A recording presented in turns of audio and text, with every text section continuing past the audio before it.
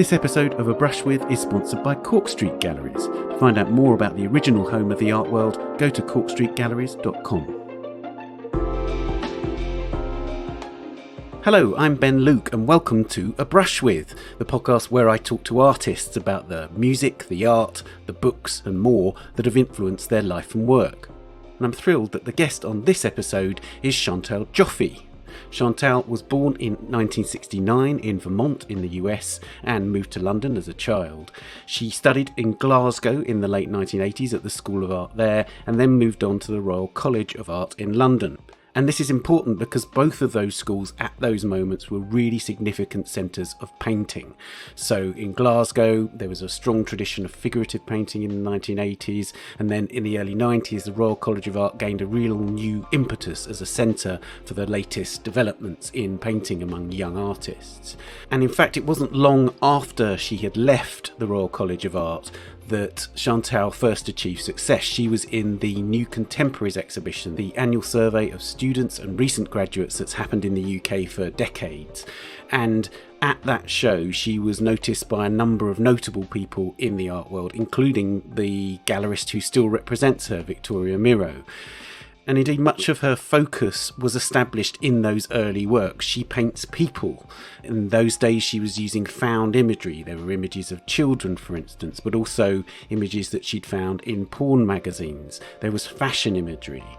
But unlike a lot of painting that's based on photographic images, her work was right from the start definitively incredibly painterly.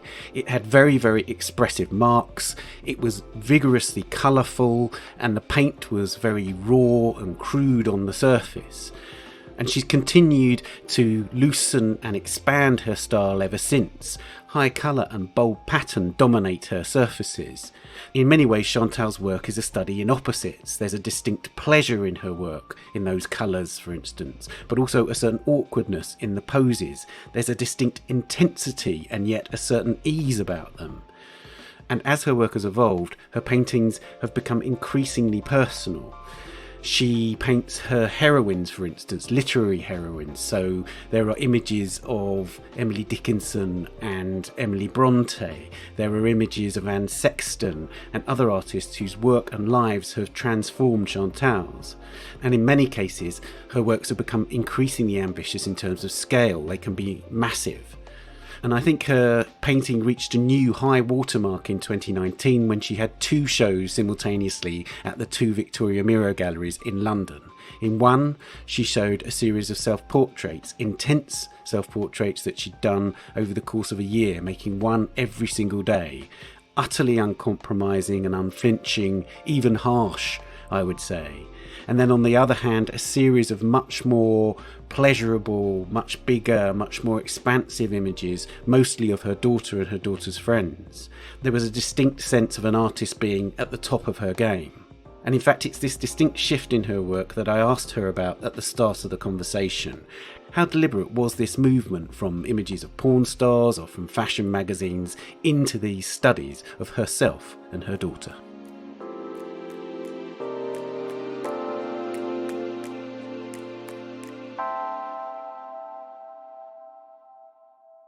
I think I always thought that what you painted was reflecting what you're interested in. So I guess, really honestly, when I was painting pornography, I was kind of interested in sex because I was young and you know what I mean? And then I painted a lot of babies and then I had a baby. And then I think the models and stuff, I still had a kind of interest in, I don't know, beauty and kind of young women. And I was a young, all that. I think I'm always painting the thing right in front of me. I sort of think everybody's doing that to an extent, but I think the older I get, the more vital that feels to be doing exactly. I think that's the whole pursuit of art, is to get as close as you can to the absolute truth of yourself and of what you're thinking and looking at. That's so powerful because it seems to me that there's an idea that we think about source material, like I was just saying, like, you're pulling images from a sort of somehow removed reality, but in a sense what you're saying is there's the same level of personal engagement, it's just that the subjects have shifted. Well, yeah, and actually the found material, you're the one looking, so you're finding what you're looking for, really. You're I was looking to look at sex or something, and that's what I found. And, that wasn't accidental, and choices are not accidental. And with the babies, I think also it's easy to say that retrospectively. At the time, I probably would have said something very political about the sexual work or something more kind of general about the babies. But I think as I get older, it's harder to dissemble from myself. And I think that's the value of getting older as an artist, that you get, like with somebody like Marsden Hartley, he's such a fantastic painter, and towards the end of his life he's painting really hot young men in sort of G-strings and stuff, and there's something about this very sort of recessive seeming man who used to paint cloudy skies and logs. Suddenly he's able to break free and think, I'm going to paint my truth. I'm going to paint the thing I'm most interested in. I love that about art. Or Lake Guston or something, he's always trying to get as close as he can. And I think when one's young, one's always, maybe for a lot of people, you're sort of circling the subject or circling the truth you're trying to get to. And I'm interested also, given that you're so focused on the world around you, your everyday, and you've made that's been an insistent element of your work right from the start. I'm wondering about the separation between home life and studio life, in the sense that, is there a moment where thinking shifts when you cross that threshold into the studio, or is it sort of all a continuum and you just then have the tools to work with in the studio? No, for me, a studio is absolutely another headspace. And I literally open the door, and the smell of it and the plate, I feel, I don't know, it's like you leave another piece of yourself outside. And I mean, having said that, throughout, obviously, lockdown and everything, my daughter has been working she's got a room in my studio.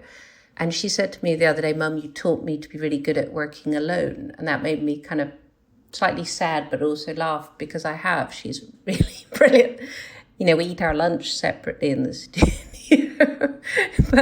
And I feel kind of bad about that. But also, sometimes she'll talk to me and I'll say, I'm thinking, I want to hold on to the thoughts. And actually, for me, when I sit down to paint, this is going ahead in a way, but when I sit down to paint, immediately, it's like switching on a radio in my head, and I can hear my own thoughts in a way that I can't without the brush in my hand, and everything else is gone, and I'm just accessing these thoughts that without the paintbrush I couldn't. And in a funny way, the actual image sometimes is almost, or what I'm painting, is weirdly the least important thing. It's the access to the thoughts I'm after, a bit like a sort of weird, I often think of it, it's like an addiction. It's like I've got to get to that drug.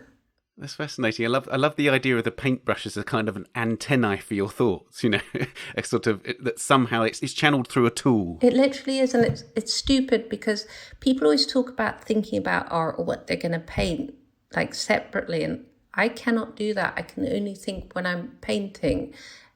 And it's not always words, it's shapes and ideas, and they're activated by the brush.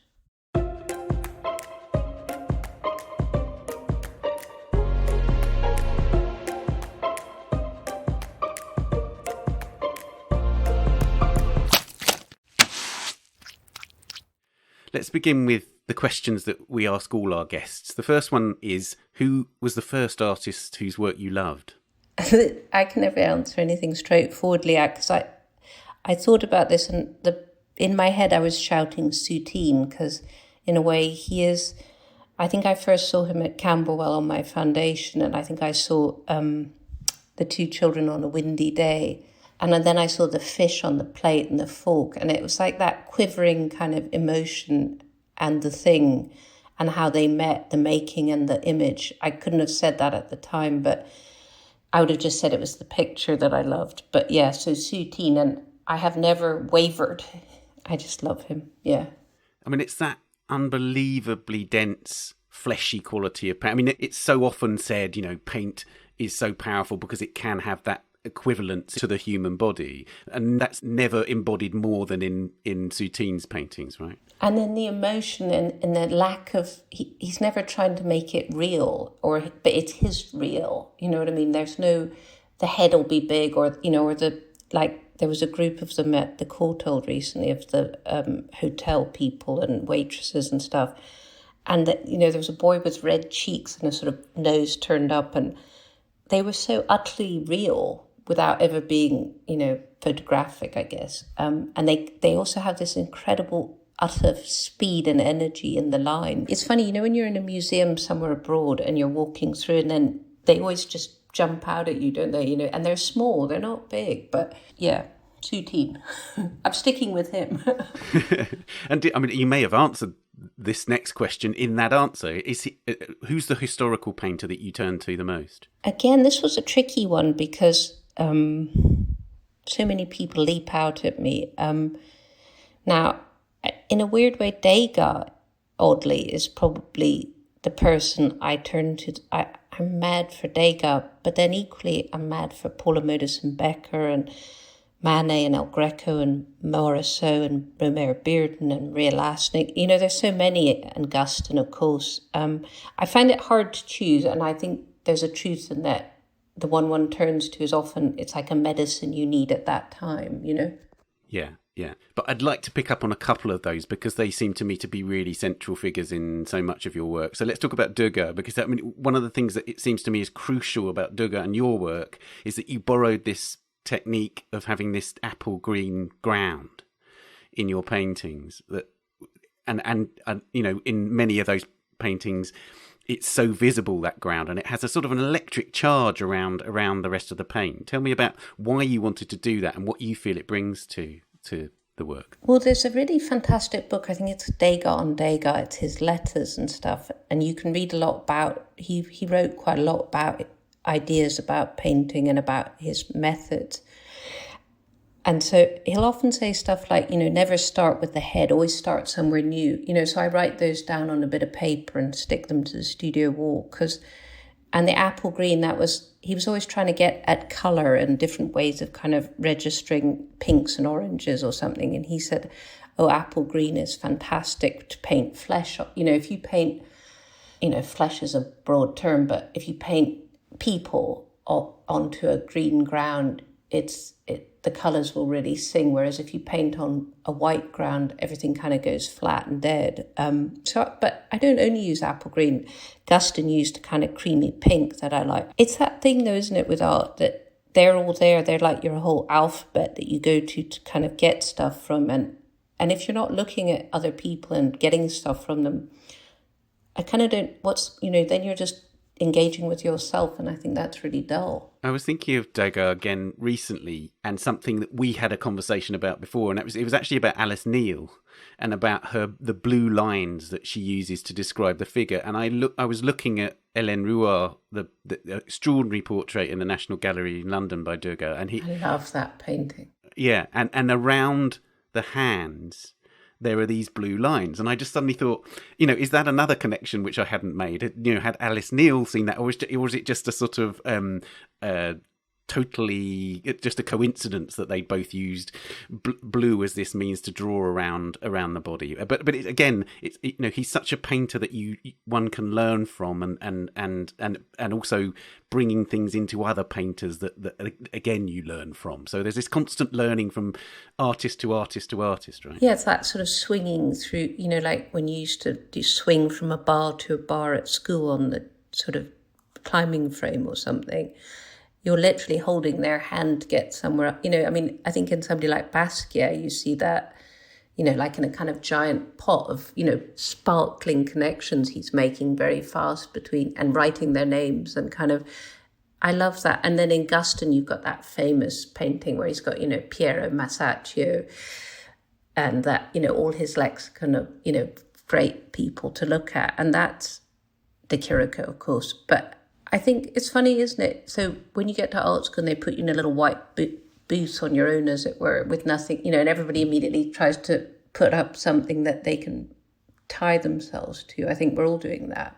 And let's talk about Paula Modersohn-Becker then, because from where I'm coming from, it seems like there's lots of connections with your sensibility too, in the way that she, in her connection to poetry, for instance. She knew Rilke, but also in the that the fact that she was interested in working from other art, and it was often quite unexpected art. She spent this time in the Louvre, apparently, studying ancient sculptures, which I hadn't realised until I came to research this interview. So would you say that do you see a sort of kindred spirit in Paula Modersohn-Becker in some ways?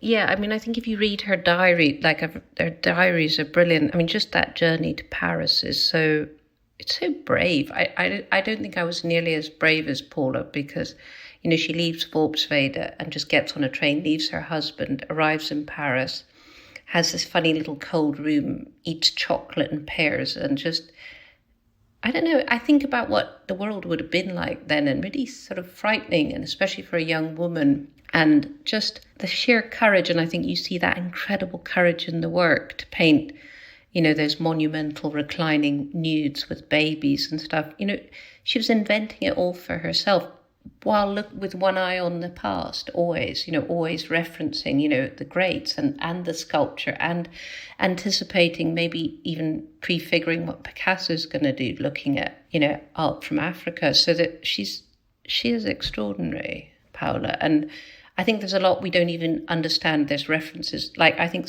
she was looking at Mayan Egyptian art, you know, the sort of tomb portraits and stuff, and those, especially in her late self-portraits, those big-eyed ones, they're incredibly close to that. And I sort of think with artists, there's a brilliant Guston quote I've got up where he says, I never stopped being a student. I was always looking at other artists, always getting my books out and always going to museums. And I think that should be true. I sound a bit boring, but I think that should be true for all artists. You should always be looking at the history of art. Do living artists sort of zone in and out of your consciousness as well? So, you know, which living artists do you most admire? There's so many people who are, you know, I mean, I remember seeing Ellen Gallagher's show at, I think it's Anthony Joffe, maybe, it must be 20 years ago. Did you see that? I didn't. It was phenomenal. And she painted on broomsticks. I mean, it was the most incredible show. So Ellen Gallagher, Marlene Dumas, Nan Golden, Tala Madani, Mama Anderson, Faith Ringgold, Tracy Emin, Alan Altfest, Judy Chicago, Peter Doig, Paula Ray. I don't know. It's funny also, you know, I look on, Jerry Saltz has that Instagram, and he's always posting young painters I've never seen, and some of them are incredible, you know, and that's really exciting to me. It feels like painting is even more exciting than it's ever been. Well, maybe not ever been, but as alive and meaningful. Absolutely. Do you learn from contemporary painters in the same way as you might from historic painters? In a way, do you look at contemporary art in the same way that you might look at historic art? It's an interesting question. I mean, it's difficult, like somebody like Maria Lassnig, who died not very long ago. I certainly look at her, and there was a show of her and Bacon at Liverpool Tate that had a huge impact on me, on the kind of, on her willingness to be ugly and show ugliness and paint herself in the most raw, open, in hospital, old, naked, kind of angry, and that so unapologetic. So yeah, she had a huge influence. And you know, somebody like Kerry James Marshall, I saw he's alive, obviously, but he had a massive painting, I think it's called The Birthday Party, that was at MoMA in New York. It feels more of a conversation, like, I don't know, I went to a Peter Doig show in the autumn, and I was sort of, in my head, I was talking to him about the paintings, you know what I mean? Like, there was women on a beach, and there was a moon trail of light across the sea that was exactly out of Munch, you know, the sort of eye with the dot over the top, kind of.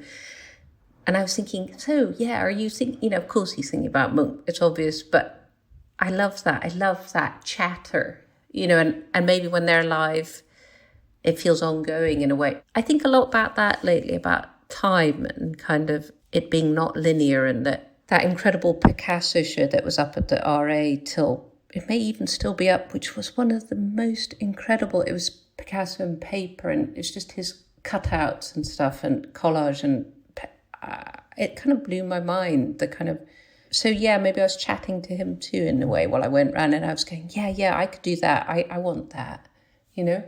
You've drawn a lot on photographers' work as well, right? Yeah, I'm mad about photography. I mean, I often thought I'd like to have been a photographer. Like, David Wojnarowicz's group of Rumbo in New York. I mean, that for me, that blew my mind. I love that blend of kind of past and present and sort of abject life and Rambo's abject life and his abject life and stuff like that you never forget, or Francesca Woodman or Arbus or Winogrand or Frank. I mean, I love photography so much, and I'm not sure I have a hierarchy, and I love sculpture. I love Rodin. I love Degas sculpture. I mean, I love film. I'm not sure I think they're different, They're just another way of that person's best way to show what they're wanting to show or see. I know from having visited your studio that you have piles of books everywhere and images everywhere. Can you tell me, in terms of the stuff that's around you in the studio, does it evolve? Do you sort of foreground certain stuff at certain points, put stuff away at other points? Is it an evolving thing, or is it much more haphazard than that?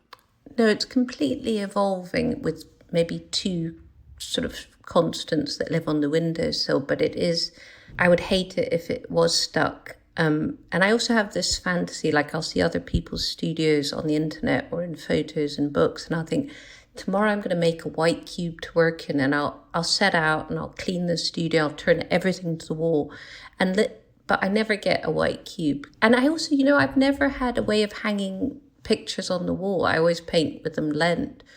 And I always think if I were really a real artist, I would have gotten a way to have them, you know what I mean? Like in other people's studios, they literally have like a system or even just some nails. And I've never even achieved that. I think maybe I didn't want that, and it's okay. But that fantasy of the perfect, even like Guston's studio, it's always very empty and clean. And I think that's a failing, and I will keep chasing that idea. Because actually I work better when it's clear and empty, and I'm not naturally good at that, obviously, at kind of, cleaning. But anyway. As a visitor, it was really fascinating to me because it felt like an artist studio should feel, in the sense that it felt like it was a space of activity, and it felt that the paint being a substance was palpable.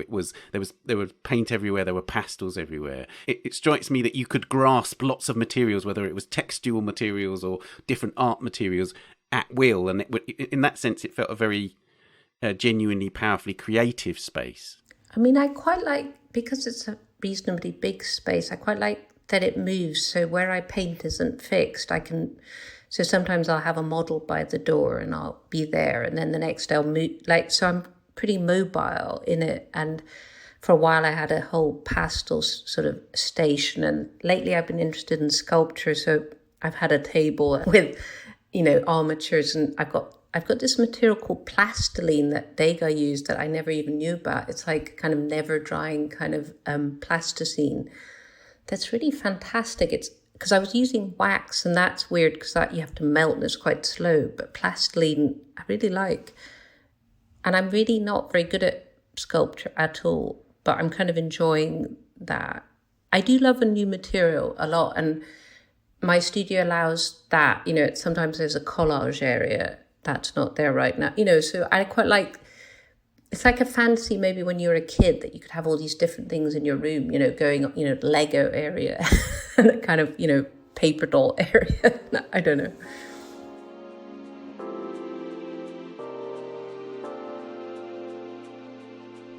This episode of A Brush With is sponsored by Cork Street Galleries.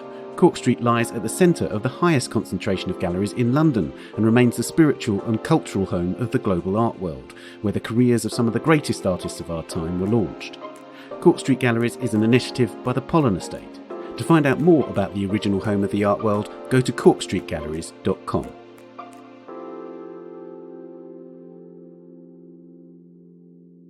I'm going to ask you now about museums and galleries. Which museum or gallery do you visit most frequently? Well, I'm very keen on the British Museum. I like that a lot because there's that bit at the top where there's always a new drawing show. So you'll get, Cathy Colwett, or you'll get contemporary drawings or Japanese print.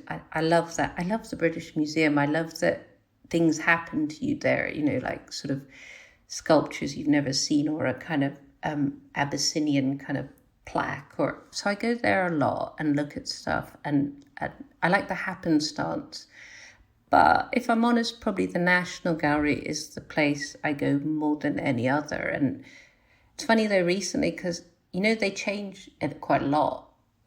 Well, for a long time, it felt like they never changed, and I was really happy. And, you could always know where a particular Degas was, or, that little one of Pauline Metternich, she's sitting with the yellow wallpaper, and that was always in the same place. And then they changed it, and I was quite upset. But then I thought, actually, that's good, because, you have that thing where you visit all your favourites and, the ones you love. And I thought maybe that's kind of a laziness, maybe to always go to Uccello or the Baptism of Christ or something. Maybe you're not seeing the other people, and that's...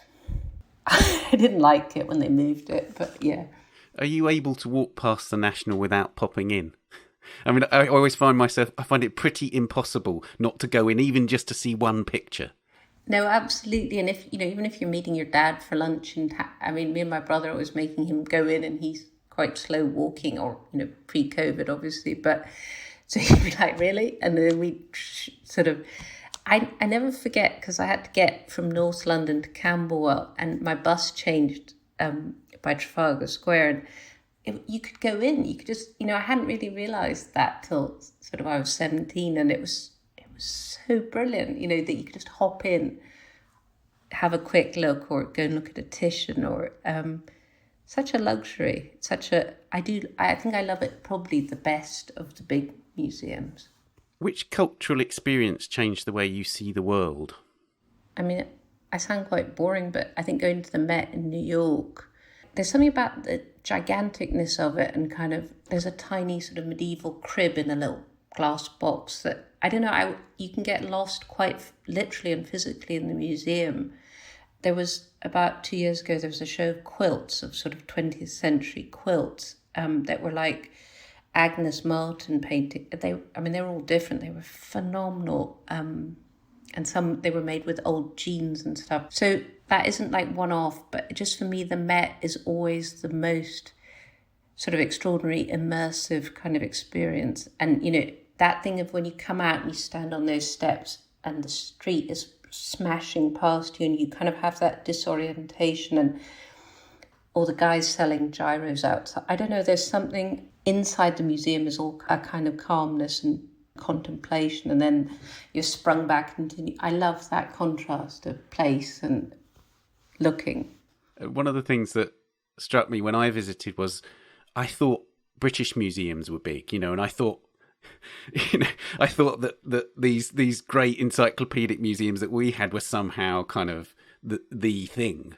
And then when you go there, you suddenly realise the scope of that institution it's so epic, isn't it? Almost unbearably epic in some ways. It's frightening. I've had a slight panic attack in there because I got lost in the nights, but you can't find the door. There's like you're in medieval world, or you find the downstairs sort of cafeteria, and yeah, it is panic-inducingly gigantic, and kind of, suddenly you're looking at Fabergé eggs. You're like, wow, they're incredible. And then you're like, I don't know if I even like Fabergé eggs, but you know what I mean? There's a sort of, it overwhelms you as an experience. Let's turn to literature now. And I know it's a massive factor in your work. So which books and writers do you return to? Well, that's again that thing of the thing you're most interested is the thing you're looking at that moment. So, and then I was trying to be fair to everybody and try and, because they're all clamoring, aren't they, to pick me. And then you're like, well, yeah, I want to pick you all guys. But I was thinking about the people I go back to a lot. And, there's poets. So there's Plath and Lowell and Sexton. And then I love biography very much. And then there's classic biographies I go back to, which are often of poets. There's an incredible one of Anne Sexton that is just the best and saddest in some ways. A bit like the Diane Arbus biography, which is fantastic. Patricia Bosworth. And then there's the Brontes, who, for me, Jane Eyre is probably the best book ever. Books are funny, aren't they, though? Because it's always the one in your hand that's somehow the most... the best, isn't it? You mentioned Sexton, Lowell and Plath there, and there was a pretty important... In fact, if I'm right, there are two bodies of work very early collages and later paintings in which you refer to them. And it's interesting you talk about biography, because am I right in thinking that it was their poetry, but also their biographies that were sort of jumbled in their art and their lives were sort of jumbled in your mind, in a sense? Yeah, I always feel a bit guilty about that as well, or sort of, that badness about that, the kind of obsession with their lives, which is such a shared human, or, everybody who reads has that. Or I always think that people are better than me who don't have that obsession with their lives. And the way they're all overlapped. So, Caroline Blackwood connects Lowell with Freud. And then, so then I'll read the letters of Lowell to Elizabeth Bishop, and then the letters of Lowell to Blackwood and Elizabeth Hardwick. I want to be chatting to them. I want to be with them. I want them to exist like they're real for me. I think that's why the obsession with memoir and biography. And I think Olivia Lang is incredible, because she actually somehow conjures that in her books, in like The Lonely City. She sort of brings them all back to life in a way. It's kind of what I'm trying to do in painting when I paint them, but that always feels, it's just a little kind of shadow of them, I guess, like a projection on the screen, Tell me about the process of making portraits, and particularly about the brutality of that process. I mean, you sort of approvingly quoted that great Bacon quote about not wanting the person that he was depicting to see the violence that he was doing to them. And I think that's a really fascinating work, because you obviously make quite a lot of portraits of people in front of them. And that's I can imagine that transaction is incredibly fraught, isn't it? Well, I had a terrible experience recently. I wanted to paint my daughter, who's just turned 16, who is so beautiful. And I thought, and she wore a white dress for me to paint her. And in the midst of painting, I was thinking, this is so empowered. She looks so strong. She's like a kind of Venus of the kind of... Anyway, then I stepped back, and about a week later I looked at it, and it was a horrible painting. It wasn't a good painting either, but it also wasn't what I realised I have a kind of weird blindness. I think I'm sort of being weirdly flattering, and often I'm not. I'm just painting. I'm painting what I see or what I think or what I feel, but it doesn't always work out how I think, I guess. But it seems to me that that's crucially bound up with this whole idea of objectivity versus subjectivity. And so it's a language of feeling as well as a language of sight, right? So and that seems really emphasised, especially in your recent work. Yeah, I mean, I guess also because I get used to turning that on myself. So I'm always painting myself, and almost the more extreme way I can look at and depict myself, that's exciting to me. If I can give myself 14 tummy folds I did these ones of me in the bath and I was loving it because I made my body shorter and shorter, and everything kind of collapsed like a telescope until I looked like a monster in a way. And I kind of loved it. And I was thinking, but then I move on to a portrait, and it's like, how can I not do that, Yeah, that's fascinating. I wondered also, you mentioned Olivia Lang earlier on, and obviously you're in the book Funny Weather, this whole exchange between you. You're painting her, she's writing about the experience of being painted and in your studio with you. I wonder how that influenced your own perception of your process and your painterly activity. Has that been a fruitful collaboration in terms of how you think about your work? Yeah, it's been fantastic. I mean, not least because she's very honest, and so I can sort of say something to her about, I don't know, recently I was talking to her about something, whether I should show something, and she was like, yeah, do that. I don't know, we can be very truthful about the work because she's working, I feels quite close the way we're thinking about work, and that I think artists and writers and photographers and filmmakers and thinkers, they all need to, that's almost the most exciting thing, isn't it? When you can talk to her about Enid Blyton books, or, your obsession with Salinger, or, you know what I mean?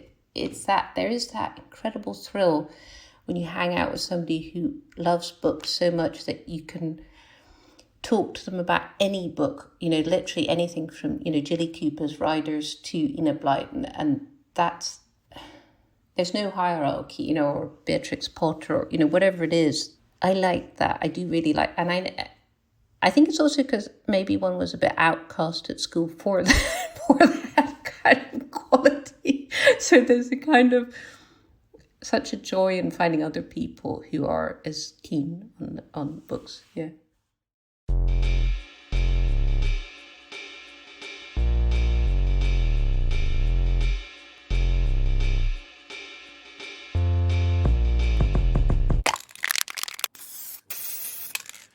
What about sound? What music or other audio do you listen to while painting? I usually have some noise, so often I'll put the radio on and it'll be Radio 4 and it'll be mumbling away, but at sub-audible often, because I quite like the company.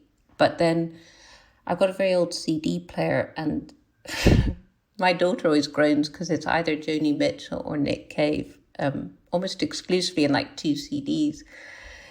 So I'll be sort of droning away, People, They Ain't No Good or something.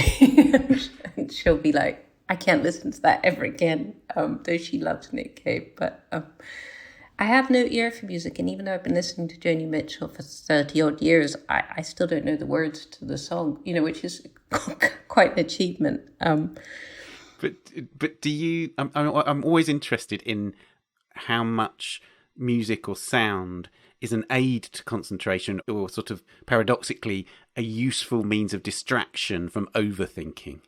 I think it helps the kind of turning on the thoughts bit for me. So it's a kind of, if I'm kind of quite stuck, I'll often turn on the CD player. But then I can literally play the same CD maybe 20 times. I think a lot of people who really love music could not listen to a badly scratched CD of the same CD 20 to 30 times a day and not find it annoying. I don't think I have any ear for music, but I like it, if you know what I mean. I would say I was not a connoisseur of music. Let's talk about paint again. Do you have a go-to paint colour that you use when you reach an impasse in your work that you just naturally reach for? I wouldn't say I had a go-to paint colour. I think I have a thing which is to go to the art shop and pick a new colour. That's a good way. Like at the local art shop, they had a couple of years ago, they suddenly had lapis lazuli, and that was just, the name is exciting. It's like, the Madonna's kind of cloak or something. It's also really expensive, even for a little tube. But then I took almost masochistic pleasure in squeezing the whole tube onto it, the palette, and using it all up and wasting it. But for me, yeah, a new color is. I mean, I have a palette that I always arrange from, like most people, from light to dark colors, and I'm very keen on cadmiums, so I like the brightness. So I have my, my regulars and then a few guest stars, I guess. And do those guest stars then surprise you in terms of like? I suppose, do they change the language you use to paint it to a certain degree? You were talking about squeezing a whole tube there, and obviously with the variation in opacity and transparency, inevitably you apply them differently. So in a way, do you feel like those new colours test you in terms of your language as well as in terms of the visual, just the visual impact of the colour? I think for me it's more unconscious. I think I'm like, sometimes I'll run out of a colour, say Veronese green, which is that particular, emeraldy, creamy green, and so I'll run out of that and I won't have it for ages. And then I'll buy a new tube and it'll kind of, come back in, and then you can mix that with other colours and get weird combinations, and kind of, that'd be really exciting for it. But it's pretty unconscious. It's not, I mean, one time I was reading, there was a sort of photo book of Freud's studio, and I went and bought all his colours because I thought I liked that every shift you make changes everything. So I thought, I'll try his colours, and they're really odd colours. There are loads of umbers and ochres and huge number of browns and, light browns and yellows and stuff. So I bought them all, though you couldn't actually even, and greens and oxides and stuff, but that was really, really hard. I've really struggled to paint with his palette, even though it was quite exciting, but it was good. It was a good way to realise how you can lapse into habits and try and breaking habits and trying to mix, not fall into a habit of how you mix, a blue or a green or, whatever colour, if I'm doing brown hair, do I just reach for umber and a bit of red or something, I think it's so important to, Degas always saying that, find it, find a different solution to the question or something. That's why pastel was so sort of exciting, because it was just other. And also I like the violence with which you can draw when you use oil sticks or pastels. It's incredibly physical, and that for me is quite important. Now tell me about like daily rituals. Is there a sort of essential ritual in your daily working life that you insist on sticking to?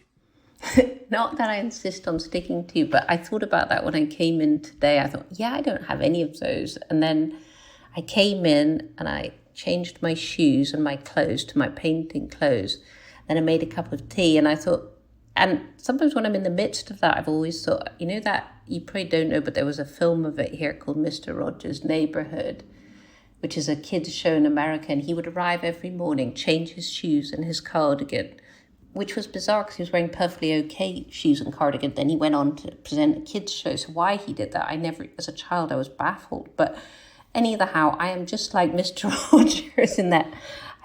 But I do it because I don't want to dirty up my clothes. But so I've got a very old pair of painty sort of clogs that I put on, and then a pair of horrible stripy trousers and a shirt. And that is important, because it's important, not to worry about your clothes or anything. And but that's not really a ritual, just a practical kind of thing. Sort of readying your armour for the battle with the canvas. Yeah, it's a bad day if I haven't changed into the clothes. If I've just slumped on the sofa for 8 hours and, listened to the radio and done that, that's a bad day. Can that happen though then? You do have days where it's more thinking than painting. Yeah, I can have days where it's not even thinking. Those are really bad, or I'm just sleeping, or I think they probably have a value, but they can be quite, if you have 4 or 5 days in a row where you just slump. I think all artists have this, where you sit there thinking, in a minute I'm going to get up, in a minute I'm going to move to the bit where I paint, in a minute I'm going to pick up a pencil, and then the day's gone, it's time to go home. And I hope there's value in that, because, that is a lot of times. One thing that I wanted to ask you about in connection with rituals is that you imposed a ritual on yourself when you made the self-portraits every single day for a year. I wonder, once you'd done... Well, first of all, tell me about that experience, but also once it had gone, was it a relief or did you somehow miss it? Well, first of all, I really missed it because it was fantastic. It's so good to have something to do, like to have that to fall back on, even if you do nothing else in a day.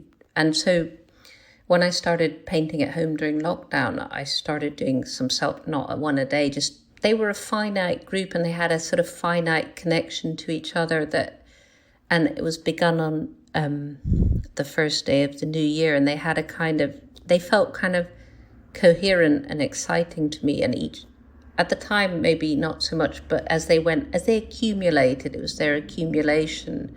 It's funny, isn't it, though, because in art, there's always that bit where you're like, God, this is the most incredible, exciting thing I've ever done. It's all going to be great. It's going to be like this forever. And then suddenly one day you go in and it's all gone and it's dead, and you have to move on. It's like, but you don't know how or where to go. And it's like you're always running down a road and then you hit a wall and then you find another road. I think everybody has that. But so those pictures, they were a real sort of lifeline at the time that I really needed. And I allowed myself to paint for they didn't take long, maybe an hour to paint one. And that was enough to have done in a day. That literally was enough. And I allowed myself that, and that felt good that I had, achieved that.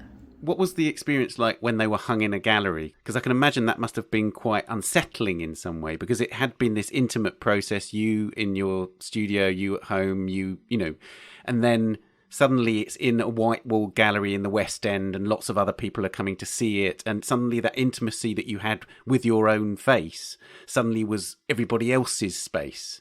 I wonder how that felt. I think often I'm in exhibitions, I'm completely disassociating a bit. People kept coming up to me going, wow, you're not as ugly as you made yourself, which always feels completely irrelevant and pointless.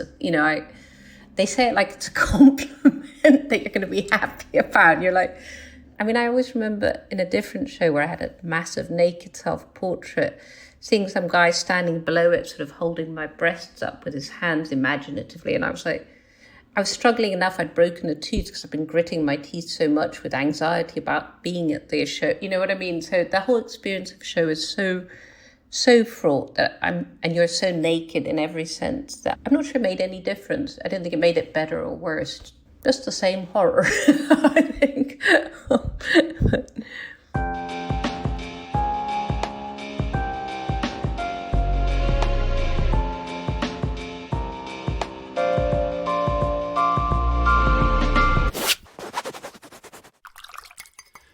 The next question is one I realise is quite an agonising one, especially given how many artists you said that you admire. If you could live with one work of art, what would it be? I thought about this for a long time, and it's funny, my daughter came in as I was doing it, and she went, oh, well, obviously it'd be a Degas, Mum. Which Degas? And I was like, oh, well, you know.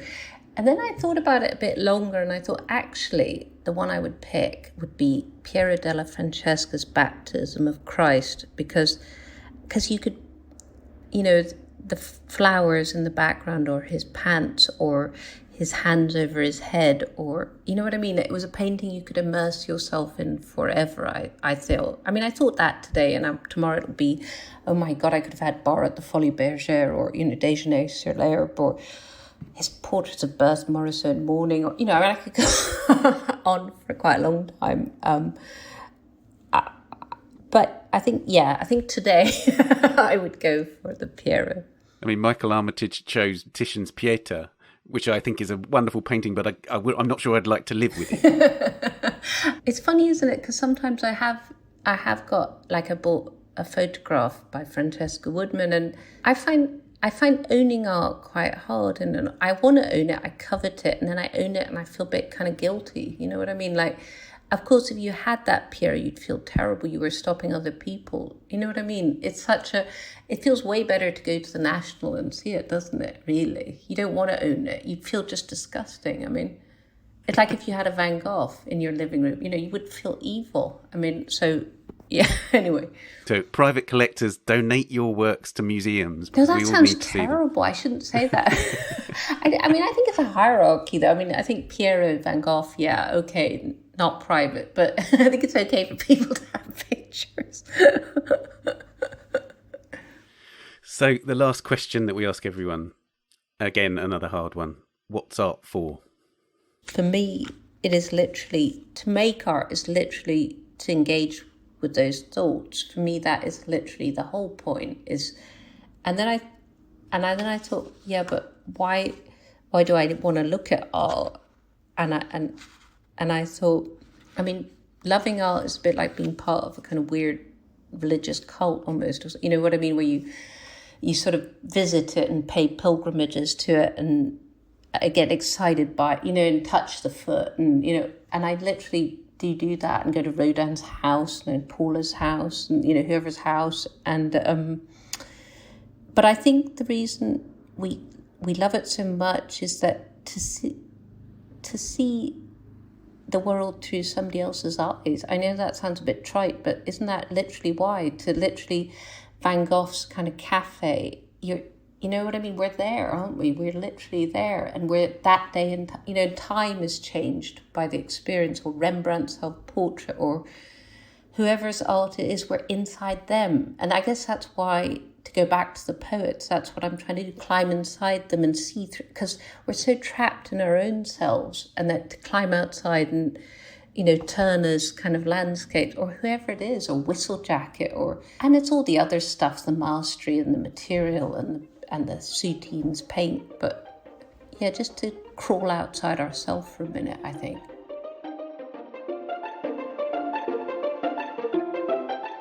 Chantal, thank you so much for this. Thank you so much for asking me. It was great to talk about painting.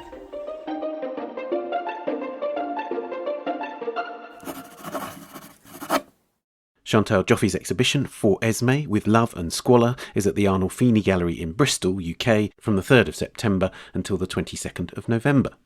And a show of Chantal's new works will be at Victoria Miro in Wharf Road, London, from the 10th of November until the 18th of December. And that's it for this episode. Please subscribe to A Brush With and do give us a rating or review on Apple Podcasts if you've enjoyed it. You can find us on Twitter at Tan Audio and on Facebook and Instagram, of course. And just a reminder that you can listen to the full back catalogue of our other podcasts at the art newspaper, The Week in Art, wherever you get your podcasts. More than 100 episodes looking at the art world in depth, from museums and heritage to the art market. Many of them feature interviews with artists, from Peter Doig to Howardina Pindell. Do subscribe to The Week in Art to be notified about new episodes. Production, editing and sound design on A Brush With are by David Clack, and the producers of the Art Newspaper podcast are Julia Michalska and Amy Dawson. Thanks to Henrietta Bentel and Daniela Hathaway. Big thanks to Chantal Joffe. Do join us for the next episode, A Brush With Rashid Johnson. See you then.